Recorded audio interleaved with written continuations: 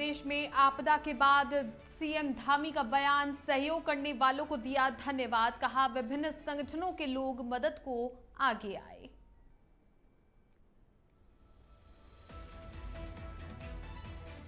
CM Dhami ने किया 13 आधुनिक लॉन्ग रेंज सायरनों का लोकार्पण। देहरादून के डालनवाला थाना परिसर में हुए स्थापित।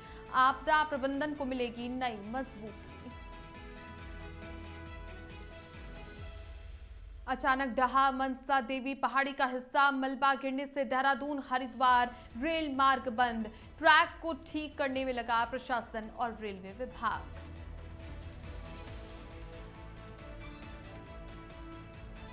कांग्रेस ने शुरू की संगठन की ओवरहॉलिंग। जिला अध्यक्ष और महानगर अध्यक्ष के चुनाव शुरू। हल्द्वानी पहुंचे अभियान के जिला प्रभारी सुखदेव पानसे।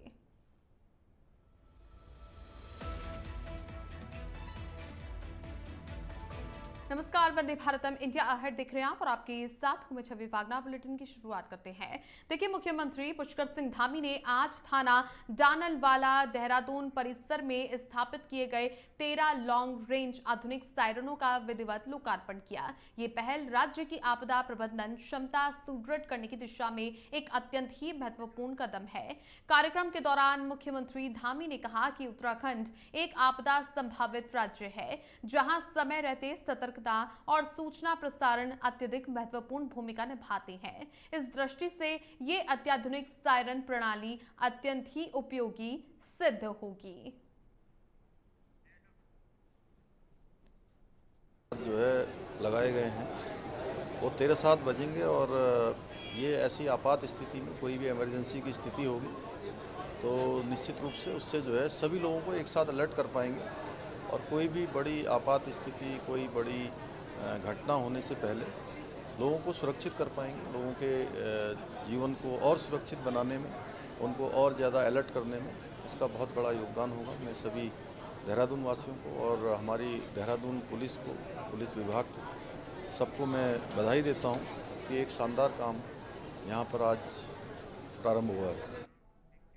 उत्तराखंड के विभिन्न हिस्सों में आई आपदा के बीच में मुख्यमंत्री पुष्कर सिंह धामी ने कहा कि पूरा राज्य इस समय आपदा से जूझ रहा है और हर जनपद प्रभावित है। उन्होंने बताया कि राहत कार्यों में सभी वर्ग आगे आ रहे हैं। पुलिस विभाग, रिटायर्ड पुलिस अधिकारी और पीसीएस संगठन के सदस्यों ने आपदा पीड़ितों की मदद के लिए राहत कोष में आर्थिक सहयोग दिया है। मुख्यमंत्री ने सभी का आभार जताते हुए कहा कि इस संकट की घड़ी में जन सहयोग से ही राज्य एकजुट होकर आगे बढ़ेगा। समय सभी लोग आपदा पीड़ितों के लिए आगे आ रहे हैं क्योंकि पूरे राज्य के अंदर आपदा आई हुई है और राज्य का प्रत्येक जनपद, प्रत्येक स्थान आज आपदा से प्रभावित है। ऐसे में पुलिस विभाग ने, पुलिस के हमारे रिटायर्ड अधिकारियों ने, पीसीएस एसोसिएशन के लोगों ने अभी यहाँ पर आपदा पीड़ितों के लिए राहत कोष में अपनी तरफ से योगदान किया है। मैं उन सभी का भी धन्यवाद करता हूँ। कांग्रेस उत्तराखंड में संगठन को मजबूत करने और नए सिरे से पदाधिकारियों का चयन करने की कवायद में जुटी हुई है, जिसके लिए केंद्रीय संगठन की ओर से ऑब्जर्वर्स नियुक्त किए गए हैं। वहीं गुजरात कांग्रेस के पूर्व प्रदेश अध्यक्ष और ऑब्जर्वर जगदीश ठाकुर ने हरिद्वार प्रेस क्लब में प्रेस कॉन्फ्रेंस की। कांग्रेस नेताओं के साथ में प्रेस कॉन्फ्रेंस करने पहुंचे जगदीश ठाकुर ने कहा कि कांग्रेस सभी वर्गों के लोगों से रायशुमारी करके पात्र और योग्य कार्यकर्ताओं को दायित्व सौंपेगी। उत्तराखंड में एआईसीसी से एक ऑब्जर्वर लगा हुआ है। उत्तराखंड प्रदेश कांग्रेस समिति की ओर से हर डिस्ट्रिक्ट और हर सिटी में ये डिस्ट्रिक्ट प्रेसिडेंट का चयन करने के लिए 3 ऑब्जर्वर लगे हुए हैं और सभी हमारे सीनियर लीडर्स, हमारे कार्यकर, सामाजिक संस्थाएं, एनजीओ, व्यापारी, पत्रकार और सभी तबके के लोगों को मिलेंगे, उनके साथ राय मशवरा करेंगे और उनमें से जो नाम निकल के आता है वो डिस्ट्रिक्ट या सिटी प्रेसिडेंट के लिए हम चयन करने के लिए ये पूरी एक्सरसाइज चल रही है। विधानसभा चुनाव 2027 के लिए कांग्रेस ने अपनी संगठन की ओवरहॉलिंग शुरू कर दी है। संगठन सृजन अभियान के तहत जिला अध्यक्ष और महानगर अध्यक्ष के चुनाव शुरू हो चुके हैं। हल्द्वानी कांग्रेस के स्वराज आश्रम में संगठन सृजन अभियान के जिला प्रभारी मध्य प्रदेश सरकार में पूर्व कैबिनेट मंत्री रहे सुखदेव पानसे पहुंच चुके हैं। उनके साथ में नेता प्रतिपक्ष यशपाल आर्य और हल्द्वानी विधायक सुमित हृदयेश भी मौजूद रहे। मीडिया से बात करते हुए सुखदेव पानसे ने बताया कि वर्तमान भाजपा सरकार ने जिला पंचायत के चुनावों में लोकतंत्र की हत्या करने का खेल जो खेला है उसे देवभूमि की जनता ने अपनी आंखों के सामने देखा है। वहीं नेता प्रतिपक्ष यशपाल आर्य ने भी कहा कि अब वक्त आ गया है कि संगठन को मजबूत करके जनता के बीच जाकर इस सरकार को लोकतंत्र की हत्या करने की सजा दी जानी चाहिए। निर्देश पर अहमदाबाद के हमारे AICC के अधिवेशन के बाद पूरे देश में ये तय किया कांग्रेस पार्टी ने कि संगठन सृजन अभियान चलाया जाए और उसी के तहत उत्तराखंड में नैनीताल जिले के लिए मुझे पार्टी ने ऑब्जर्वर बनाया है। हमारा उद्देश्य ये रहेगा कि एक सशक्त संगठन बने, जवाबदेही संगठन बने और जनता से जुड़ा वाला संगठन बने। और इसी के तहत हम पूरे 7 दिन नैनीताल जिले में प्रत्येक ब्लॉक, मंडल, सेक्टर, बूथ स्तर पर जाएंगे। हमारे कार्यकर्ता, नेता आम जनता से राय शुमारी लेंगे कि कौन व्यक्ति उपयुक्त हो सकता है, कौन योग्य हो सकता है। उसमें हमारे नगरपालिका अध्यक्ष हो, चाहे जनपद हो, चाहे जिला पंचायत हो, चाहे सरपंच हो, चाहे पूर्व विधायक हो, वर्तमान विधायक हो, चाहे पूर्व मंत्री हो, हमारे LOP लीडर हो, चाहे प्रदेश अध्यक्ष हो, सारे सीनियर लीडर से लेके तमाम लोगों से हम मिलके, हमारे साथ ममता जी जो प्रदेश कांग्रेस कमेटी की तरफ से ऑब्जर्वर है, हमारे 2 और सदस्य हमारे साथ तीनों सदस्य मिलके पूरे 7 दिन सभी जगह जाकर एक अच्छा प्रदेश नैनीताल जिले के लिए संगठन की मजबूती के लिए एक अच्छा प्रयास करने का प्रयास करने जा रहे हैं। उत्तराखंड में आपदाग्रस्त क्षेत्रों का दौरा करने के लिए केंद्र सरकार की टीम देहरादून पहुंच गई है। टीम ने सबसे पहले आपदा से हुए नुकसान को लेकर आपदा प्रबंधन सचिव और संबंधित विभागों के अधिकारियों के साथ खास बैठक करके जानकारी ली है। उत्तराखंड में मानसून सीजन के दौरान उत्तरकाशी, चमोली, पौड़ी, रुद्रप्रयाग, बागेश्वर, नैनीताल जिलों में काफी नुकसान हुआ है। प्रदेश की सरकार की ओर से नुकसान की क्षतिपूर्ति के लिए केंद्र सरकार से आपदा मदद की मांग की गई है। जानकारी के अनुसार प्रदेश की सरकार ने प्राथमिक स्तर पर नुकसान का आकलन करके केंद्र सरकार को भेज दिया था और अब केंद्र की टीम प्रदेश के इन सभी जिलों का दौरा करेगी। देखिए, अभी 20 सितंबर तक लगातार बरसात होने की संभावना बनी हुई है। लगभग पर डे रेनफॉल हो रहा है, आप देख भी रहे हैं। अभी फिलहाल आगामी 6 दिनों के लिए येलो अलर्ट जारी किया गया है मौसम विभाग के द्वारा। उसको देखते हुए हम लोग अलर्ट मोड में हैं।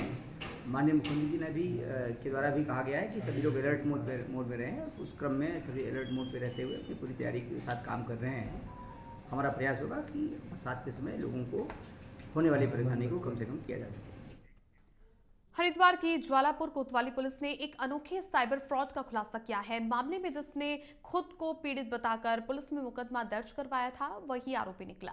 पुलिस ने वादी समेत 3 आरोपियों को गिरफ्तार कर लिया है, जबकि मास्टरमाइंड कृष्णकांत की तलाश जारी है। पुलिस ने आरोपियों से 50,000 रुपए, मोबाइल, प्रिंटर और फर्जी गैर जमानती वारंट भी बरामद किए। बता दें कि ज्वालापुर कोतवाली में 28 जुलाई को शिवधाम कॉलोनी निवासी सुरेंद्र ने मुकदमा दर्ज करवाया था कि उसके फोन पर नोटिफिकेशन भेजकर के फर्जी PDF डाउनलोड करवाई गई और पटेल नगर थाने में सड़क दुर्घटना का वारंट दिखाकर उससे 30,000 रुपए ट्रांसफर करवा लिए गए। इस पर पुलिस ने साइबर फ्रॉड का मुकदमा दर्ज किया था।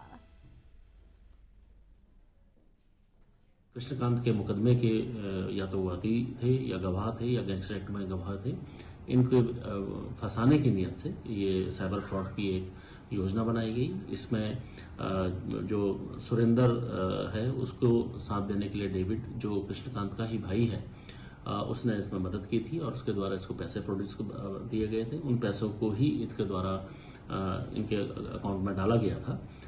पूरी घटना को सभी पहलुओं की जांच करने के बाद सभी साक्ष्यों को संकलन करते हुए पुलिस के द्वारा 3 अभियुक्तों की अरेस्टिंग इसमें की गई है। और इधर हरिद्वार की काली मंदिर के पास मनसा देवी पहाड़ी पर एक बड़ा हिस्सा अचानक से ढह गया, जिससे भीमकौड़ा रेलवे ट्रैक पर मलबा गिरने से देहरादून हरिद्वार रेल मार्ग पूरी तरह से बंद हो गया। तेज गति से गिरते हुए मिट्टी और चट्टानों ने रेलवे सुरंग के पास ट्रैक को प्रभावित कर दिया है और लोहे के सुरक्षा जाल को भी क्षतिग्रस्त कर दिया। इस हादसे से रेल मार्ग पर ट्रेनों का आवागमन ठप हो गया, जिससे क्षेत्र में अफरा तफरी मच गई। घटना की सूचना स्थानीय प्रशासन को दे दी गई है और पहले भी इस इलाके में ऐसा हादसा हो चुका है। अब प्रशासन और रेलवे विभाग ने जल्द से जल्द ट्रैक को ठीक करने के लिए कदम उठाए हैं। कंट्रोल रूम से थाना हरिद्वार जीआरपी को सूचना आई कि ये ट्रैक पे मलबा आ गया है। यहाँ पहले भी मलबा आया है और इस समय आज जो चलने वाली वंदे भारत थी वो रोकी गई है। डीएलएस जो पैसेंजर ट्रेन है वो रोकी गई है और क्योंकि काम 8 से 10 घंटे चलने की उम्मीद बताई जा रही है, तो इस दौरान जो भी ट्रेन का संचालन होता है उन्हें फिलहाल के लिए सस्पेंड। हरिद्वार के बहादुराबाद क्षेत्र में अहमदपुर, ग्रंथ, रोहालगी और किशनपुर के बीच खेतों में एक गुलदार का शव मिलने से इलाके में हड़कंप मच गया। खेतों की ओर गए किसानों ने मृत गुलदार को देखकर के तुरंत ही ग्रामवासियों और वन विभाग को सूचना दी। मौके पर पहुंची वन विभाग की टीम ने शव को कब्जे में लेकर पोस्टमार्टम की प्रक्रिया शुरू कर दी है। गुलदार की मौत का कारण अभी स्पष्ट नहीं है, लेकिन रिपोर्ट आने के बाद ही ये पता चल सकेगा कि मौत प्राकृतिक कारणों से हुई है या फिर किसी और वजह से। ग्रामीणों के लिए पहले से ही गुलदार की मौजूदगी चिंता का विषय रही। अब उसकी मौत से दहशत और वन्यजीव सुरक्षा को लेकर की सवाल उठने लगे हैं।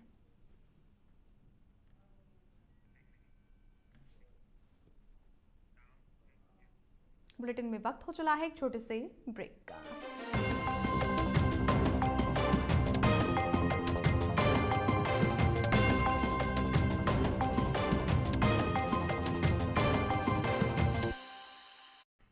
ब्रेक के बाद आपका स्वागत है। चलिए आगे बढ़ते हैं। उत्तराखंड के उधम सिंह नगर जिले के सितारगंज में अधिवक्ताओं के बीच में आपसी मतभेद गहराता नजर आ रहा है। इसी विवाद को लेकर के एडवोकेट दयानंद सिंह ने अपने समर्थकों के साथ कोतवाली सितारगंज पहुंचकर लिखित तहरीर दी। दयानंद सिंह ने बताया कि कुछ मुद्दों पर मतभेद है और विवाद को बढ़ने से रोकने के लिए पुलिस में शिकायत दी गई है। उन्होंने मांग की है कि अधिवक्ताओं के बीच आपसी सम्मान बना रहना चाहिए और कोई भी जाति सूचक शब्द या फिर भद्दी टिप्पणी ना करें।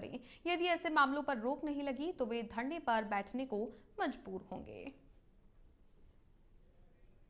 हमारी बार एसोसिएशन सितारगंज जो है एक संस्था का हमारा गठन हुआ था पूर्व में। उसमें हमारे सभी अधिवक्ता लोग जो है एक व्हाट्सएप ग्रुप चलता है जो कि उसमें सभी लोग जुड़े हुए हैं। उसमें हमने जो है जब व्हाट्सएप ग्रुप में कुछ शब्दों का प्रयोग महेंद्र चौधरी द्वारा तथा एस.के. त्रिपाठी जी द्वारा। अब खबर देहरादून से है, जहां पर महिला सशक्तिकरण एवं बाल विकास मंत्री रेखा आर्या ने मुख्यमंत्री वात्सल्य योजना के तहत लाभार्थियों को 4 करोड़ 47 लाख रुपए से ज्यादा की धनराशि जारी की।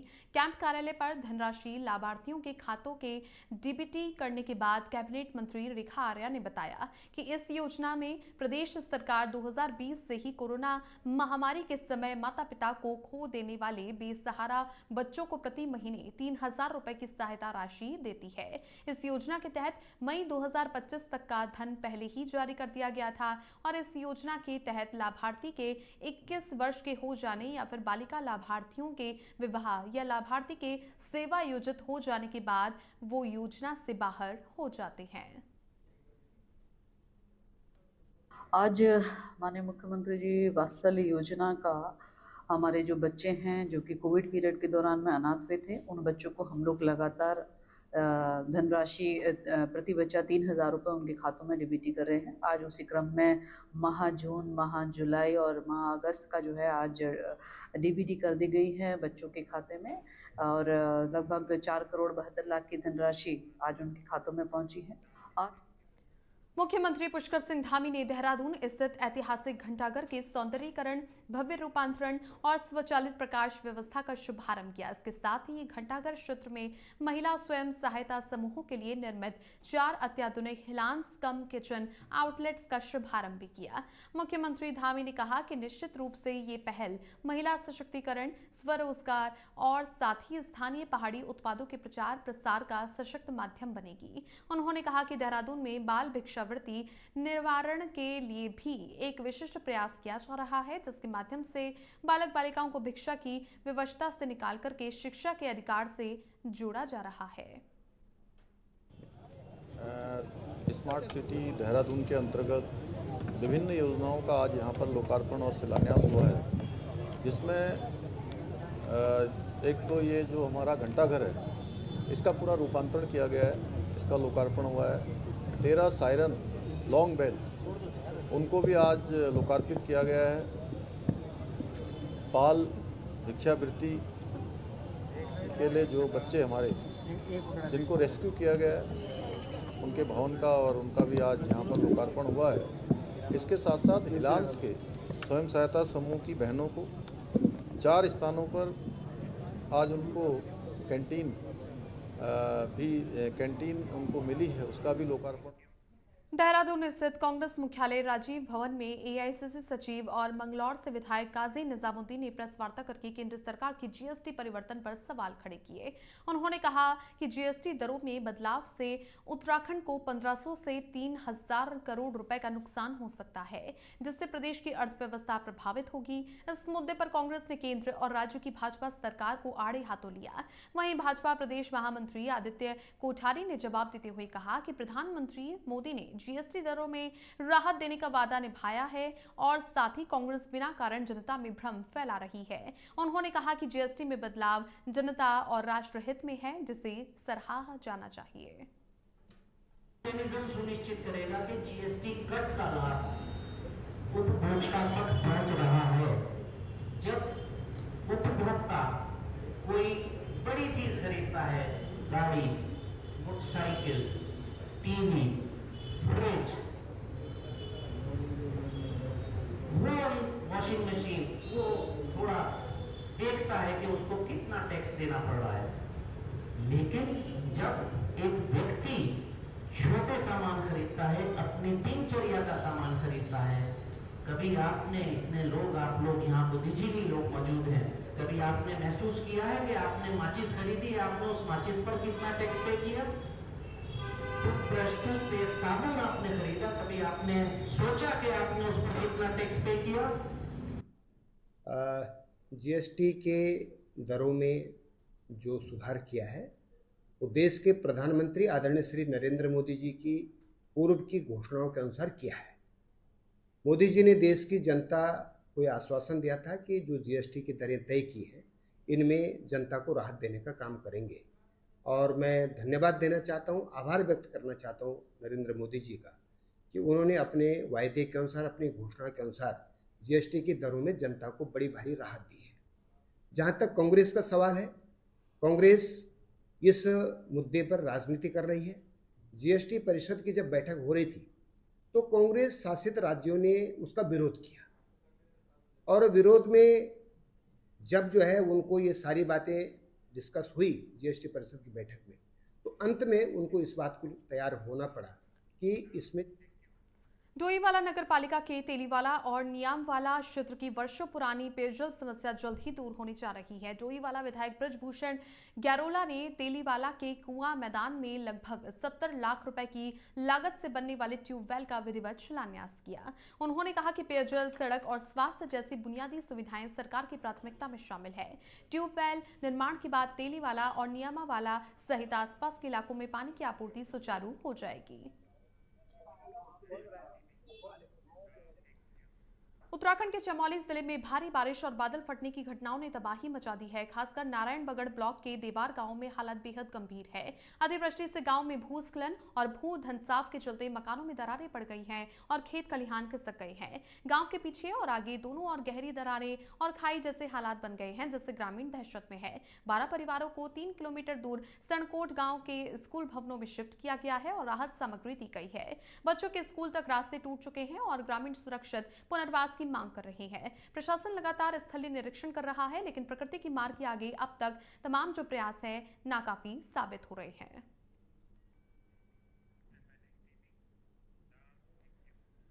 उत्तराखंड की विश्व प्रसिद्ध चारधाम यात्रा के लिए लाखों श्रद्धालु दर्शन के लिए प्रदेश में आते हैं। वहीं समय समय पर बीकेटीसी भक्तों के लिए कई योजनाओं का निर्माण करती है। इसके साथ ही अब चारधाम यात्रा का प्रसाद दुनिया के 140 देशों में स्पीड पोस्ट के माध्यम से पहुंचाने का कार्य भी बीकेटीसी शीघ्र ही करने जा रही है। बीकेटीसी के अध्यक्ष हेमंत द्विवेदी ने बताया कि बीकेटीसी ने श्रद्धालुओं को प्रसाद वितरण स्पीड पोस्ट के माध्यम से भेजने का काम शुरू किया, जिसके लिए समिति ने डाक विभाग के साथ समन्वय बनाया और साथ ही उन्होंने बताया कि मात्र 42 रुपए में न्यूनतम 24 और अधिकतम 72 घंटों के अंदर स्पीड पोस्ट के माध्यम से पूरे भारत में ये प्रसाद डाक विभाग के द्वारा भक्तों को भेजा जा सकेगा।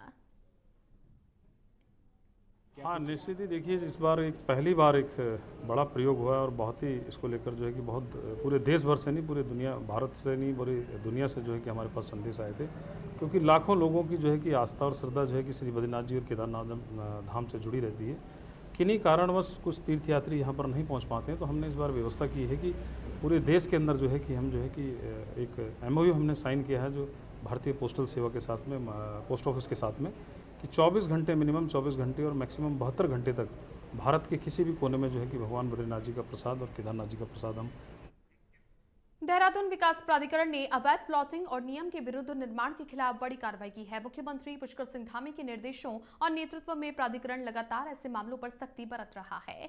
MDDA के उपाध्यक्ष बंशीधर तिवारी ने कहा कि अवैध प्लॉटिंग और निर्माण किसी भी हाल में बर्दाश्त नहीं किए जाएंगे। उन्होंने साफ किया कि राज्य सरकार की मंशा है कि प्रदेश में नियम कायदों को दरकिनार करके हो रहे अवैध कार्यों पर पूरी तरह से रोक लगाई जाए। प्राधिकरण क्षेत्र के अंतर्गत डोईवाला, रानी पोखरी, माजरी, ग्रांट और अन्य स्थानों पर चल रही अवैध प्लॉटिंग और निर्माण को ध्वस्त करके सील किया गया। इसके अलावा कई जगहों पर अवैध निर्माण पर सीलिंग की कार्रवाई की गई।